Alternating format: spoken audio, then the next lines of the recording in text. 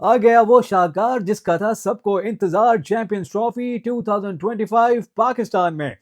इसका ख्वाब करोड़ों पाकिस्तानियों ने देखा था जब से पाकिस्तान बना था चैंपियन। बिल्कुल, चैंपियंस ट्रॉफी जब जीती, आखिरी मरतबा जब मुनक़िद हुई थी, उसमें सरफराज अहमद ने वो कप उठाया था एक यंग टीम का। अब मौका है मोहम्मद रिजवान के पास कि वो उसको इमुलेट कर सकें।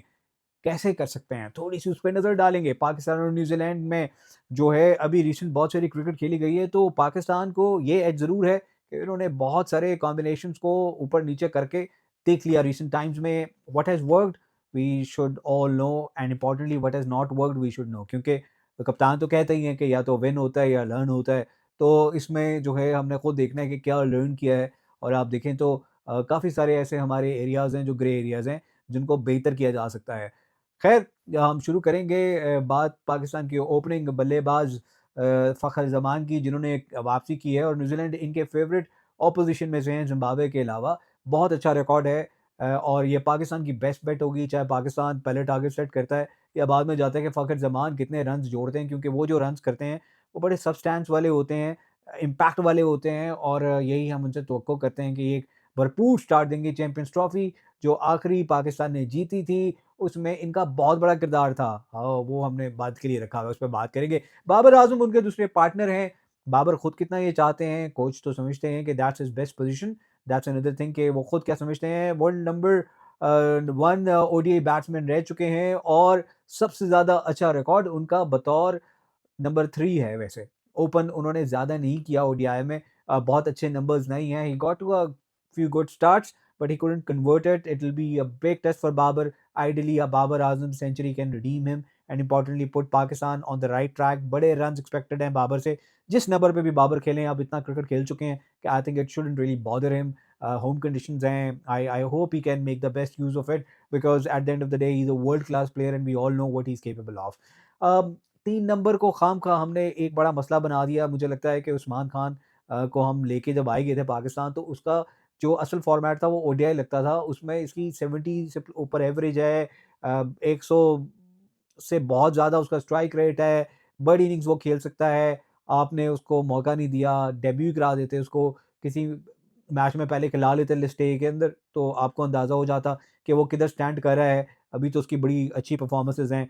उसको इतना इम्प्रेसिव नहीं लगा वो अभी तक, बट जैसे तैयब ताहिर है वंस अगेन कि उसने उस तरह रन्स नहीं किए हैं, लेकिन इम्पैक्ट ज़रूर डाला है। तो similarly I think Usman could have been tried, still not bad an option. You can always go ahead and give him a go. You never know if it works out, तो ये आपका हिट और miss हो सकता है। 4 पे रिजवान आ रहे हैं। रिजवान बहुत अच्छा जो है वो बीच में खेलते हैं, लेकिन कहीं-कहीं उनके जो डॉट बॉल्स हैं वो उनको और पाकिस्तान टीम के कॉज़ को बहुत नुकसान देते हैं। तो that's my only thing with him कि रिजवान जो है on his day he can keep going. He is actually often slow to catch up with it, और जो अच्छी ऑपोजिशंस हैं स्पेशली बड़े टूर्नामेंट में वो मौका नहीं देंगी। अ, पाकिस्तान की जो बेस्ट फाइंड है 2024 की और 2025 का ग्रेट स्टार्ट, वो है Salman Ali Agha. My favourite cricketer in Pakistan team at the moment. I think he gives it all. बहुत अच्छा एक माइंडसेट के साथ खेलते हैं। स्टैट पैडिंग नज़र नहीं आती है, एग्रेसिव क्रिकेट का इंटेंट है उनका। एंड ऑब्वियसली वो अभी ग्रो कर रहे हैं, उनके अभी भी अर्ली ईयर्स इंटरनेशनल क्रिकेट में। Hopefully this tournament will help him grow into a world class player. उनकी जो बॉलिंग है वो भी एक अक्सर एक्स्ट्रा यूटिलिटी देती है। From 5 to 10 overs he can bowl really well and can get 2 wickets as well. Importantly if the captain can use him well. यहाँ पर जहाँ पे हमने उस्मान की टीम पे बात की थी, तो आई थिंक उस्मान तो मोस्ट प्रोबेबली नहीं ड्राफ्ट इन किए जाएँगे, तो सऊद या कामरान गुलाम खेलेंगे। सऊद जो है क्योंकि इंटरनेशनल क्रिकेट में बहुत ज़्यादा अपने आप को मनवा चुके हैं, स्पिन अच्छा खेलते हैं, और न्यूज़ीलैंड की जो सैडनर और उनकी बाकी जो स्पिनर्स हैं Phillips and other options as well, तो वी नो कि वो कैसे हो सकते हैं। तो उसके लिए सऊद को खिलाना जो है वो बड़ा यूज़फुल हो सकता है। उनके लिए होम कंडीशंस भी हैं कराची की, उनका होम ग्राउंड है। Hopefully he can do well, he can make all the Karachiites proud of him if he gets an opportunity. और बाकी मुझे लगता है कि खुशदल जो हैं वो इंटरनेशनल क्रिकेट के लिए कट आउट नहीं है। अभी तक तो उन्होंने नहीं दिखाया, पैनिक करते हुए नज़र आते हैं। ही कैन डू इट, पोटेंशियल तो है, ऐसी बात नहीं है कि नहीं है। सिमिलरली जैसे फ़हीम है, उसको बहुत सारे लोग कह तो रहे हैं कि हाँ जी, पर्ची भी है, ये भी है, बट ओडीआई में एक्चुअली अगर कोई रन्स कर सकता है, यानी ऐसे बॉलर्स में जो रन्स भी कर सकते हैं, तो वो इस वजह से फ़हीम लगता है क्योंकि उसने टेस्ट में भी हाफ सेंचुरीज़ की हैं। Almost he got to 100 ones. तो he has done it before. His bowling is a problem though कि वो पहले 10 ओवर वाला बॉलर नहीं है, सिमिलरली वो आखिरी 10 ओवर वाला बॉलर नहीं है। तो आपने उसको दरमियान में कहीं बॉलिंग करानी है, captains have to be sharp. पहले बाबर ने भी इतना अच्छा यूज़ नहीं किया, रिज़वान ने भी अभी तक उसको खैर पसंद नहीं शायद किया। कुछ मीडिया रिपोर्ट्स के मुताबिक हर तरह की चहमगोइयाँ होती हैं। So we have to wait and see के हाउ थिंग्स वर्क आउट। रही बात हमारे बॉलर्स की, तो वो बड़ा स्ट्रेट फॉरवर्ड है।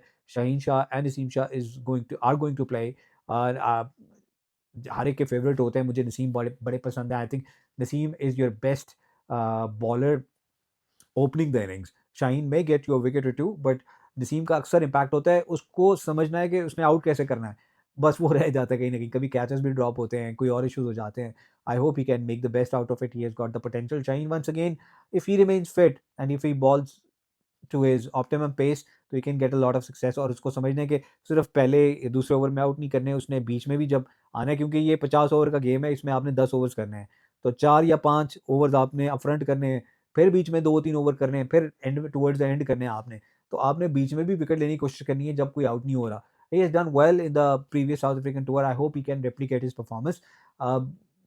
Talking of Haris Rauf, I think he gets bullied a lot, but he has been your best bowler in the previous tours जहाँ हम जीते हैं. He's got the pace, he's got good slow deliveries. It's just about using the chamber, upper chamber appropriate. अगर हम उसको कहें तो यही होगा कि उसको एडजस्टमेंट्स करने होंगे. Haris is your best bet to get the wicket in the middle overs, क्योंकि अबरार ने मुझे लगता है मायूस किया है to my you know perspective. उसमें ये है कि सैंडनर जैसे आपको बीच में या तो रन्स बिल्कुल आप ड्राई कर देना कि आप 10 ओवर में 20-25 रन दे रहे हैं, या फिर आप इंपॉर्टेंटली विकेट लेके दें। 1, 2, 3 विकेट आपको लेके देने हैं वहाँ पर, प्रेशर बना के भी। तो वो होना चाहिए। वो मिस्ट्री हमारे लिए मिस्ट्री नहीं होनी चाहिए, बल्कि बैट्समैन के लिए होनी चाहिए। So I hope they can make the best out of it, जो पाकिस्तान के बॉलर्स हैं। बड़ा इंपॉर्टेंट मैच है। इसमें हमने जीत का जो है ना वो सफ़र शुरू करना है, and all will be forgotten जो कुछ इससे पहले हुआ है, and will be new start. क्योंकि if you can't win the first game, तो फिर आपके लिए मुश्किल हो जाएगा। आपको पता है कि इंडिया के साथ हमेशा it's the arch rival, and how how that game is. और आई थिंक पाकिस्तान ने बड़ी चाह के बाद, बड़े अरमानों के बाद जो है ना ये टूर्नामेंट पाकिस्तान में लिया है। तो वहाँ वहाँ पे लोगों का दिल जो है पाकिस्तान के क्रिकेट के साथ धड़कता है। तो पाकिस्तानी क्रिकेटर्स को इनको मायूस नहीं करना चाहिए। हम बहुत सारी बातें कर सकते हैं सिलेक्शंस पे और बाकी इश्यूज़ पे, वो हम ज़रूर बात करेंगे। न्यूज़ीलैंड टीम की थोड़ी-सी बात करें तो we all know what New Zealand is capable of. No more they are the underdogs, we all know what they are capable of. पहले वेन केन विलियमसन और अब जो मिचेल सैंडनर्स तक काम आया है, तो he has really brought them up और put them on the winning ways. Williamson भी कप्तानी के बाद बहुत प्रेशर फ्री क्रिकेट खेलते हुए नज़र आ रहे हैं। They have got an excellent side, and I don't see reason कि न्यूज़ीलैंड ये टूर्नामेंट नहीं जीत सकता। वो और बात है कि वो बड़े फाइनल में यूजुअली तो पैनिक करते रहे आए हैं। अब देखते हैं कि क्या होता है। न्यूज़ीलैंड में लैथम के साथ उन्होंने कंटिन्यू किया despite his poor performances. Similarly they have gone ahead with will young. Will young भी रीसेंट टाइम्स में तो परफॉर्मेंसेस देते हैं। कॉनवे जो हैं वो एक और ऐसे प्लेयर हैं जो ऑन हिज डे बड़े रन्स करता है और अच्छे रन्स करता है। His role will be crucial. I think Daryl Mitchell is the nucleus of the team. Very aggressive, fantastic player. You get him out and you have more chances to win the game. Baki, Sandner, Phillips, they are all fantastic all-round players. They're going to, make a big difference in the field with the ball, with the bat. Great players, great one-day players.